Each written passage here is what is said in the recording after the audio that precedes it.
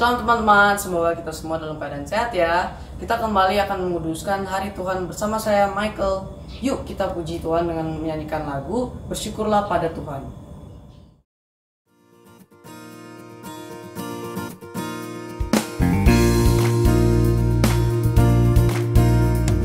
Bersyukurlah pada Tuhan, serukanlah namanya, bernyanyilah bagi Tuhan, mari bermazmurlah. Pujilah Tuhan hai jiwaku, pujilah namanya. Aku hendak bernyanyi seumur hidupku.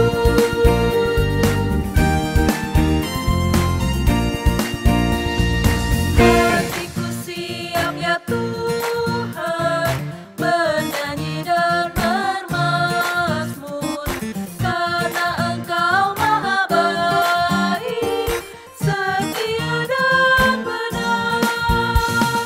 Pujilah Tuhan hai jiwaku, pujilah namanya. Aku hendak bernyanyi seumur hidupku. Teman-teman, kita siapkan diri kita dengan berdoa. Bapa di surga, kami mau beribadah, menaikkan puji-pujian-Mu bagimu dan mendengarkan firman-Mu. Berkatilah ibadah ini dari awal hingga akhir.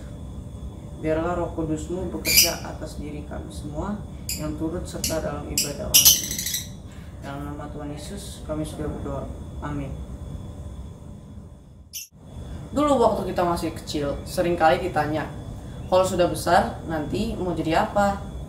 Mungkin teman-teman ada yang menjawab mau jadi pilot, guru, dokter, dan lain-lain. Supaya cita-cita kita tercapai, kita harus berusaha mulai dari sekarang. Kita harus meniti masa depan. Nah, itu yang akan menjadi tema ibadah kita hari ini. Sebelum kita menyimak pemberitaan firman Tuhan, mari kita menyanyikan pujian Seindah Siang di Sinari Terang.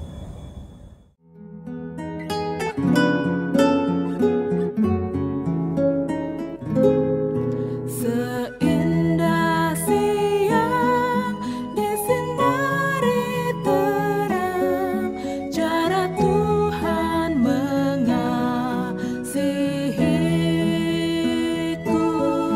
Seindah petang dengan angin sejuk, cara Tuhan mengasihiku. Tuhanku lembut dan penyayang, dan aku mengasihi Dia. Kasih-Nya besar, agung dan mulia, cara Tuhan mengasihiku.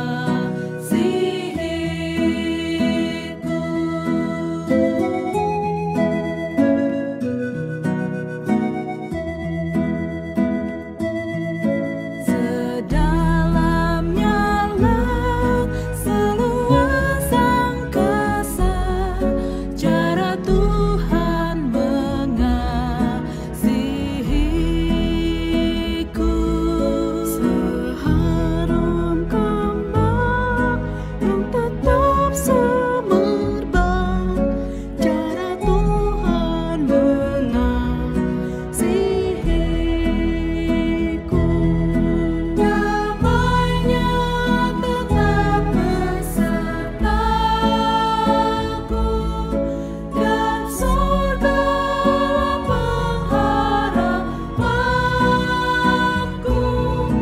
Hidupku tentram, ku nikmati penuh, cara Tuhan mengasihiku.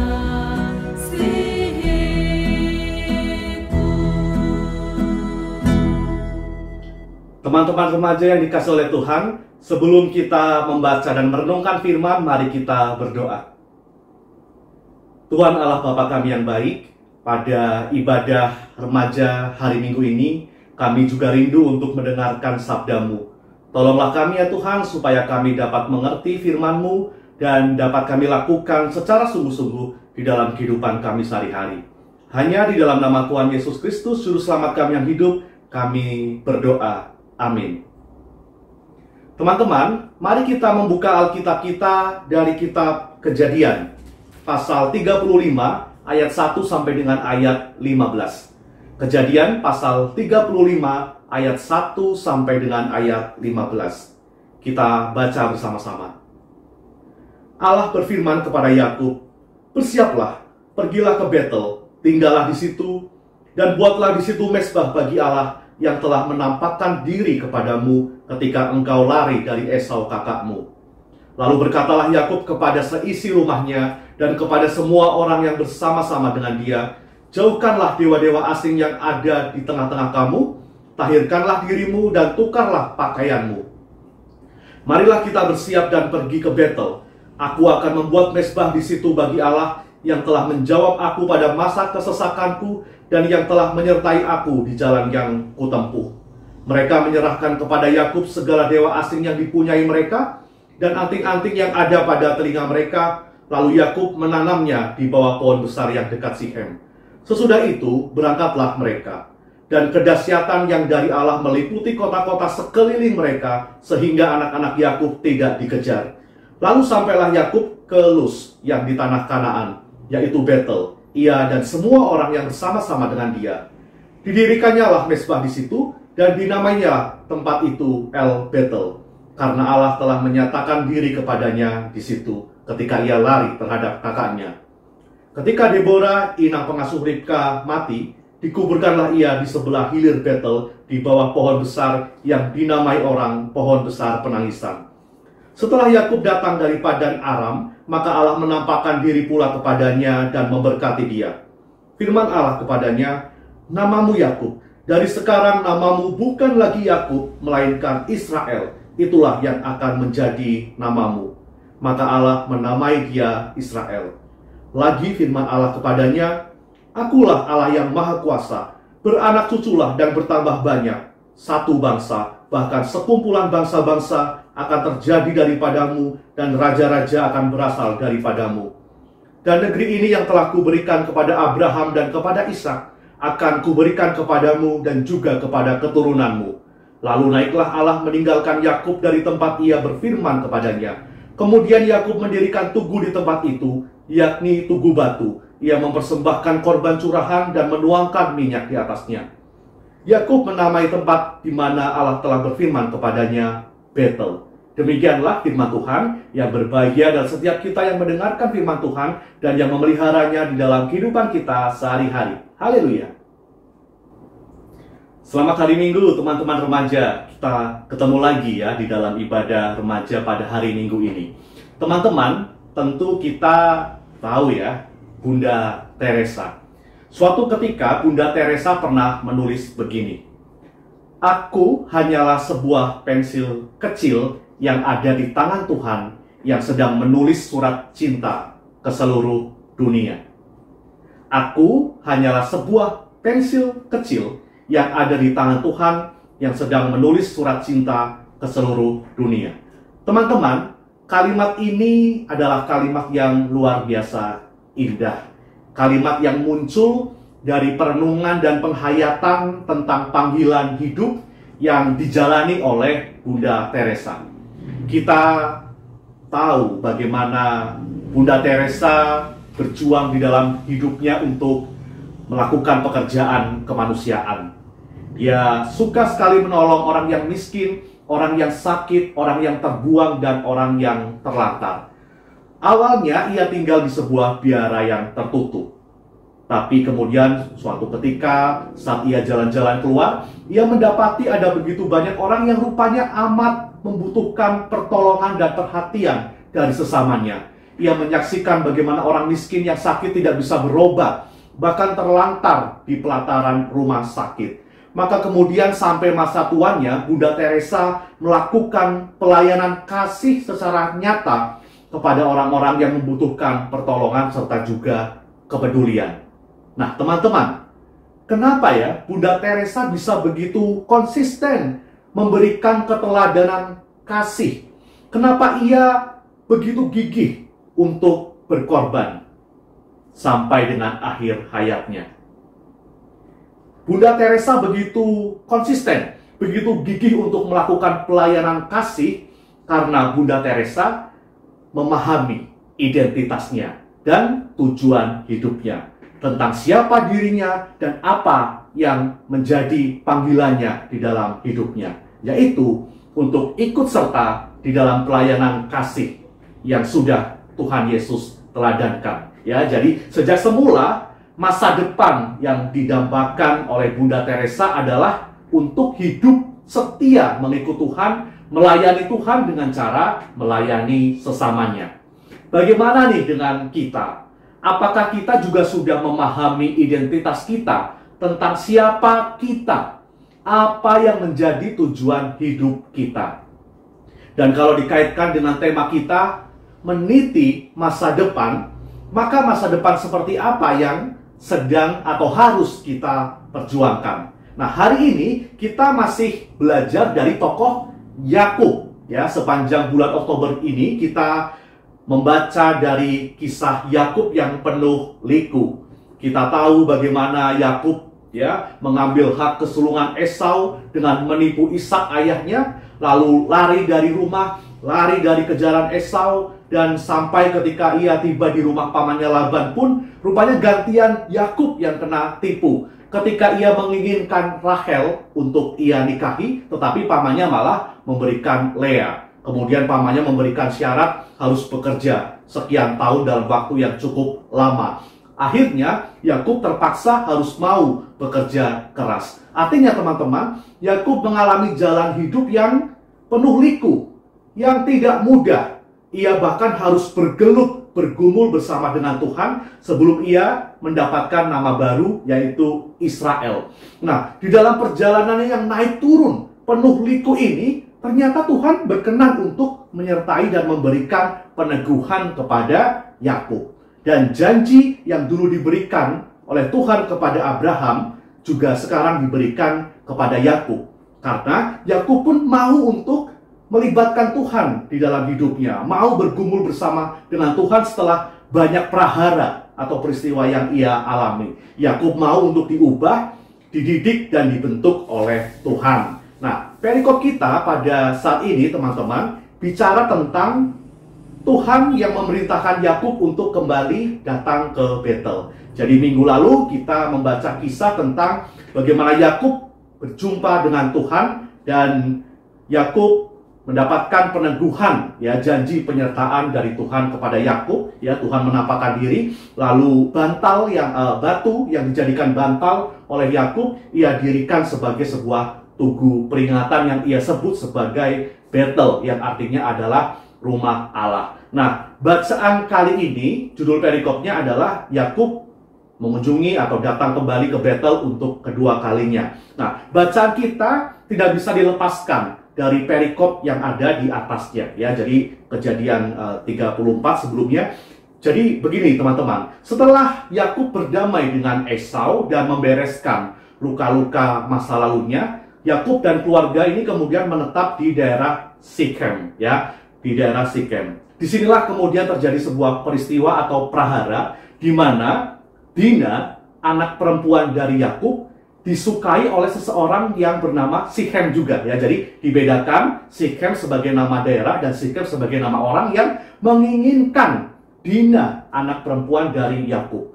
Kemudian si Dina ini dilarikan secara paksa dan bahkan mendapatkan perbuatan yang tidak senonoh, yang tidak baik dari Sikem. Maka keluarga Dina pun tahu, kakak-kakak dari Dina, yaitu anak laki-laki dari Yakub, pun marah kepada Sikem. Sikem bersikeras untuk mendapatkan Dina sebagai istrinya. Lalu dibuatlah sebuah perjanjian yang diinisiatifkan oleh kakak-kakak dari Dina, di mana kalau mau mendapatkan Dina sebagai istri, maka Sikem beserta dengan kerabat atau keluarganya yang laki-laki harus bersunat. Maka kemudian perjanjian itu ditepati, Sikem dan kerabat yang laki-laki mereka disunat. Tetapi rupanya pada hari kedua setelah mereka disunat, anak-anak laki-laki Yakub menyerang mereka dan menghabisi mereka dan membunuh mereka akibat rasa amarah atau kebencian atau dendam yang sempat muncul di dalam hati anak-anak Yakub. Dan rupanya perbuatan ini tidak berkenan bagi Yakub. Artinya, apa yang dilakukan oleh anak-anak Yakub justru mengganggu rasa aman yang dimiliki oleh Yakub, ya. Kemudian ketika rasa amannya terganggu atau terancam, maka sebagai orang yang hidup berpengalaman dengan Allah, Yakub menggumulkan persoalannya bersama dengan Allah.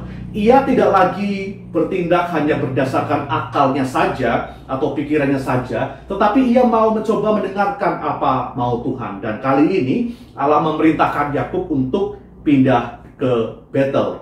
Dan kepada keluarga atau orang-orang yang ada di dekatnya, Yakub kemudian memerintahkan agar mereka menukar pakaian dan menahirkan diri, membersihkan diri. Seluruh dewa atau ala-ala asing di dalam patung atau perhiasan yang mereka jarak harus dilepaskan, ya, anting-anting dilepaskan untuk kemudian ditanam di bawah pohon besar di Sikem. Ini merupakan tanda bagaimana Yakub mengajak anak-anak dan seluruh keluarganya untuk memurnikan iman mereka sebagai bentuk komitmen Yakub dan keluarganya untuk meniti masa depan bersama dengan Tuhan. Jadi Yakub mengajak keluarganya untuk hidup baru di dalam janji Tuhan, di dalam anugerah penyertaan serta pemeliharaan dari Tuhan. Maka kemudian Yakub kembali datang ke Betel untuk kedua kalinya. Di sana ia mengingat kembali pernyataan Tuhan, bagaimana ia diteguhkan. Jadi kenangan akan penampakan Tuhan, janji yang diberikan, ziarah yang dilakukan oleh Yakub ini kemudian membuatnya mantap untuk melanjutkan atau memperjuangkan hidup bersama dengan Tuhan, meniti masa depan bersama dengan Tuhan. Nah, teman-teman remaja yang dikasih oleh Tuhan, kita pun sebagai anak-anak remaja, anak-anak muda yang dikasih oleh Tuhan, harus memperjuangkan hidup di dalam kasih Tuhan. Kita juga mau melangkah, meniti masa depan kita bareng-bareng dengan Tuhan, bersama dengan Tuhan. Lalu apa yang bisa kita lakukan, teman-teman remaja? Yang pertama adalah mari kita kenali, ya, diri kita. Siapa sih kita? Begitu, ya. Bagaimana Tuhan mengasihi kita? Berkat seperti apa yang Tuhan hadirkan atau tanamkan di dalam diri kita? Talenta apa yang kita miliki, kemampuan apa yang kita miliki, atau keluarga yang meliputi kita, teman-teman yang selama ini mendukung kita. Kenali siapa diri kita, betapa berharganya kita di mata Tuhan.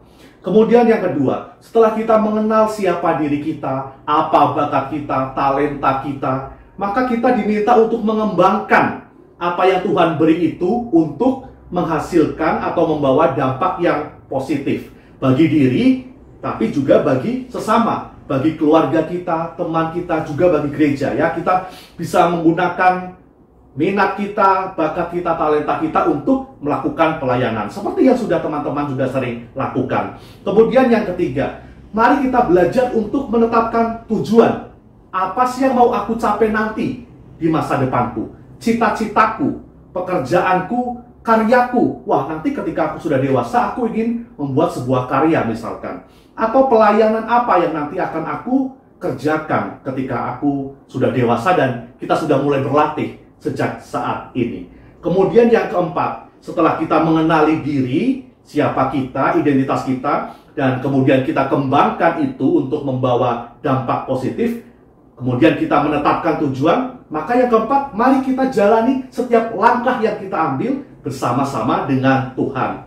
Jangan pernah mengandalkan diri kita sendiri, tetapi libatkan Tuhan di dalam setiap pengambilan keputusan yang kita alami atau kita lakukan, seperti memilih sekolah misalkan, dan berbagai keputusan hidup yang teman-teman pernah jumpai. Andalkan Tuhan, bahwa Tuhan di dalam doa kita, supaya keputusan yang kita ambil adalah keputusan yang juga di dalamnya Tuhan mau terlibat. Dan jangan lupa, teruslah bertumbuh di dalam persekutuan. Selamat meniti masa depan bersama dengan Tuhan.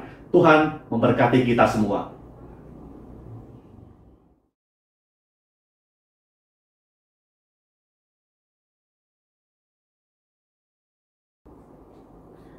Mari kita menaikkan doa syafaat. Allah Bapa yang bertahta di kerajaan sorga yang mulia, kami sungguh bersyukur ketika Tuhan meneguhkan iman percaya kami. Bahwa ketika kami memperjuangkan hidup, ketika kami memiliki cita-cita, ketika kami meniti masa depan, kami percaya bahwa Tuhan berkarya bersama dengan kami dan Engkau menyertai serta meneguhkan setiap langkah kami. Ajarlah ya Tuhan untuk kami senantiasa mengerti bahwa Tuhan selalu berkenan memelihara kehidupan kami. Juga ketika pada saat ini anak-anak Tuhan yang remaja di tengah situasi pandemi masih harus bersekolah, ada yang secara daring maupun secara tatap muka namun terbatas, kami mohon kiranya Tuhan tetap berkenan memberikan anak-anak Tuhan ketekunan dan juga kedisiplinan. Berikan semangat supaya dapat melakukan apa yang menjadi tanggung jawab mereka dengan baik. Tuhan juga berkati orang tua ataupun juga keluarga yang mendukung di dalam doa, juga di dalam cinta kasih, di dalam fasilitas yang mereka berikan supaya kami dapat bersekolah. Tuhan juga berikan mereka kesehatan, Tuhan berikan mereka penyertaan di dalam setiap pekerjaan maupun pelayanan mereka. Berdoa pula ya Tuhan untuk Komisi Remaja GKI Jati Bening Indah. Tuhan, biarlah kiranya melalui wadah Komisi Remaja GKI Jati Bening Indah, setiap anak-anak Tuhan yang remaja ini dapat bertumbuh dan berkembang di dalam pengenalan yang semakin mendalam akan kasih Tuhan, juga di dalam pelayanan, sehingga kami dapat menjadi anak-anak muda Tuhan yang mampu untuk memberikan kesaksian dan terang Tuhan dimanapun dan kapanpun kami berada. Kami juga berdoa bagi bangsa dan negara kami di tengah situasi pandemi ini, kiranya Tuhan juga tetap menyertai pemerintah dari tingkat pusat sampai dengan tingkat daerah. Berikanlah mereka hikmat dan juga tanggung jawab di dalam apa yang menjadi tugas mereka, sehingga kedamaian, kesejahteraan, dan juga keadilan dapat kami rasakan sebagai warga negara. Tolonglah kami ya Tuhan, setiap warga negara, supaya juga dapat mengembangkan cinta kasih dan toleransi kepada orang-orang yang ada di sekitar kami. Biarlah wajah Kristus dapat senantiasa kami pancarkan kapanpun dan dimanapun kami berada. Inilah doa kami ya Tuhan yang kami alaskan di dalam satu nama Tuhan Yesus Kristus kami sudah berdoa. Amin. Gimana teman-teman?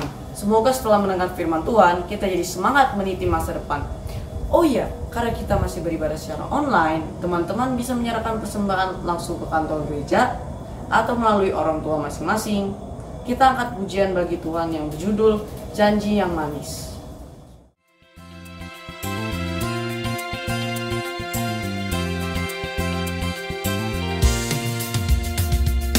Janji yang manis kau tak kulupakan, tak terombang-ambing bagi jiwaku.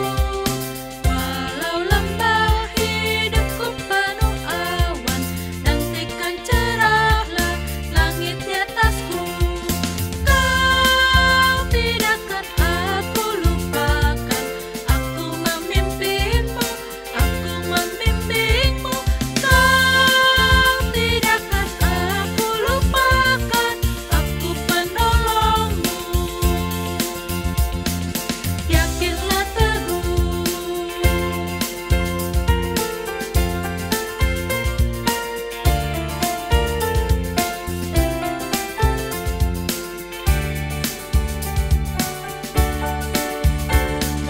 Dan bila pintu surga dibukakan, selesailah sudah susah dan lelah.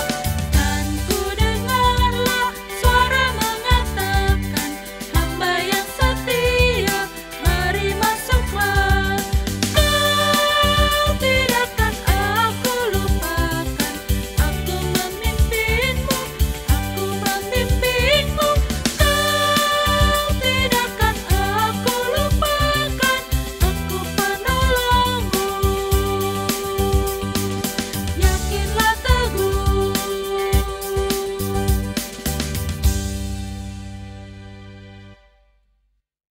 Teman-teman, kita sudah sampai di akhir ibadah. Tetap jaga kesehatan ya. Tuhan Yesus berkati. Dadah.